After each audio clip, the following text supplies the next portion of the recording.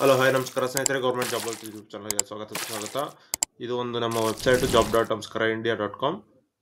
ಓಕೆನಾ ಸ್ನೇಹಿತರೆ, ಇವತ್ತು ಬಂದು ನಾನು ನಿಮಗೆ KEA ವಿಲೇಜ್ ಅಕೌಂಟೆಂಟ್ದು ಏನು ಲೇಟೆಸ್ಟ್ ಅಪ್ಡೇಟ್ ಇದೆ ಅದ್ರ ಬಗ್ಗೆ ತಿಳಿಸ್ಕೊಡೋಣ ಅಂತ ಬಂದಿದ್ದೀನಿ.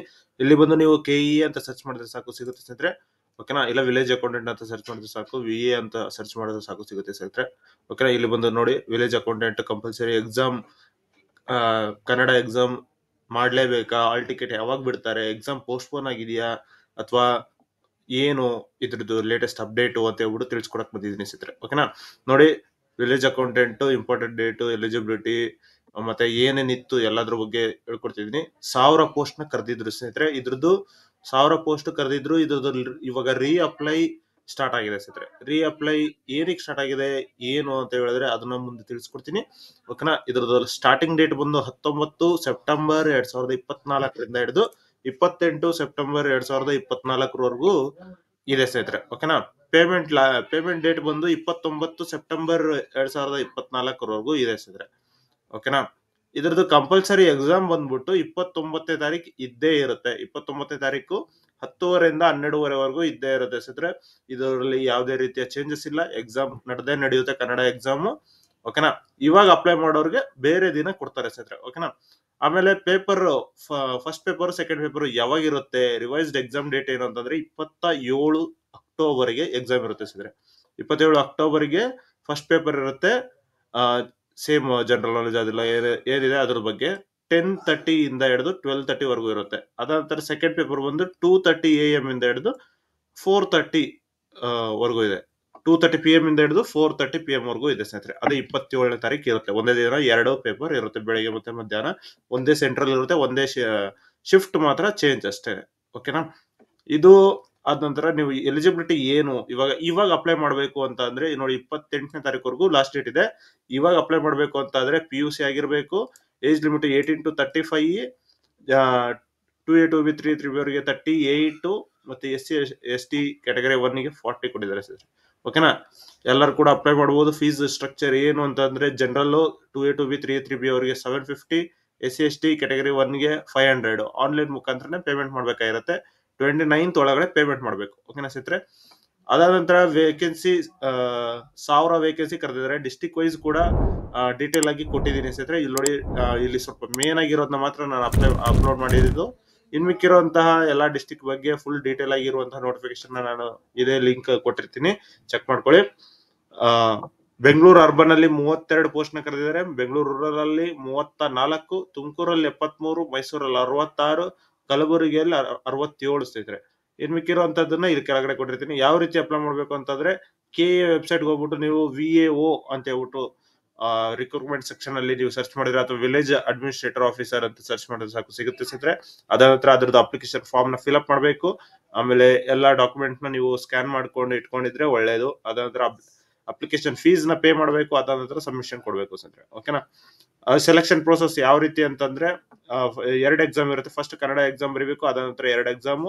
ಆ 2 ಎಕ್ಸಾಮ್ ಆದ ನಂತರ ನಿಮಗೆ ಡಾಕ್ಯುಮೆಂಟ್ ವೆರಿಫಿಕೇಶನ್ ಇರುತ್ತೆ. ಓಕೆನಾ, ನೋಡಿ, ಇಂಪಾರ್ಟೆಂಟ್ ಲಿಂಕ್ಸ್ ಅಂತ ಇದೆ, ಇಲ್ಲಿ ಬಂದು ನೀವು ಸರ್ಚ್ ಮಾಡಿದ್ರೆ ಸಾಕು, ಎಲ್ಲ ಫುಲ್ ಡೀಟೇಲ್ ಆಗಿ ಸಿಗುತ್ತೆ ಸ್ನೇಹಿತರೆ. ನೀವು ಡೀಟೇಲ್ ಆಗಿ ನೋಟಿಫಿಕೇಶನ್ ನೋಡ್ಬೇಕು ಅಂತಾದ್ರೆ ಇಲ್ಲಿ ಒಂದು ಡೀಟೇಲ್ ನೋಟಿಫಿಕೇಶನ್ ಕೊಟ್ಟಿದ್ದೀನಿ.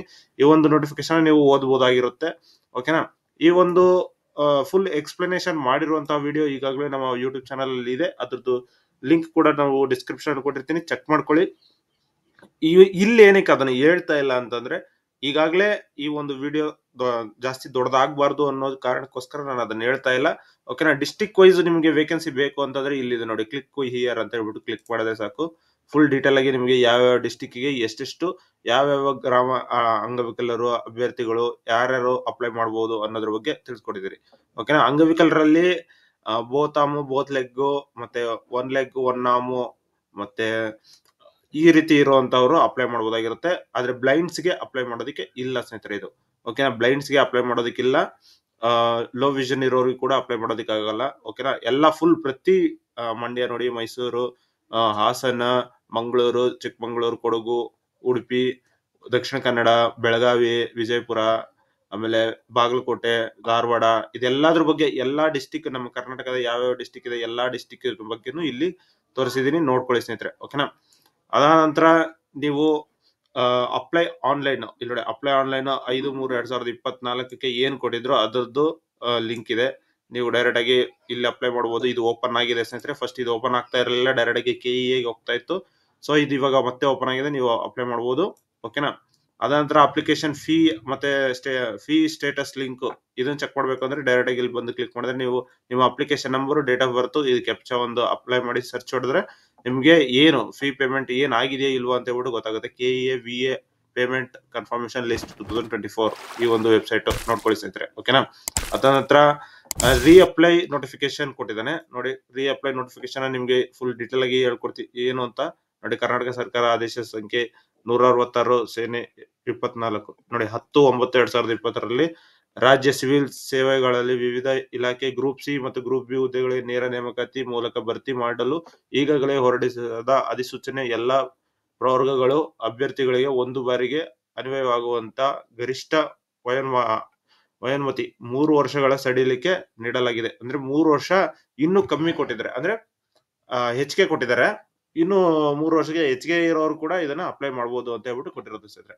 ಓಕೆನಾ. ಆನ್ಲೈನ್ ಮುಖಾಂತರ ನೀವು ಅಪ್ಲೈ ಮಾಡೋದಕ್ಕೆ 19 ರಿಂದ 28 ಇದೆ, 29 ತಾರೀಕು ಫೀಸ್ ನ ಪೇ ಮಾಡಬೇಕು ಅಂತ ಕೊಟ್ಟಿದ್ದಾರೆ ಸ್ನೇಹಿತರೆ ನೋಡಿ.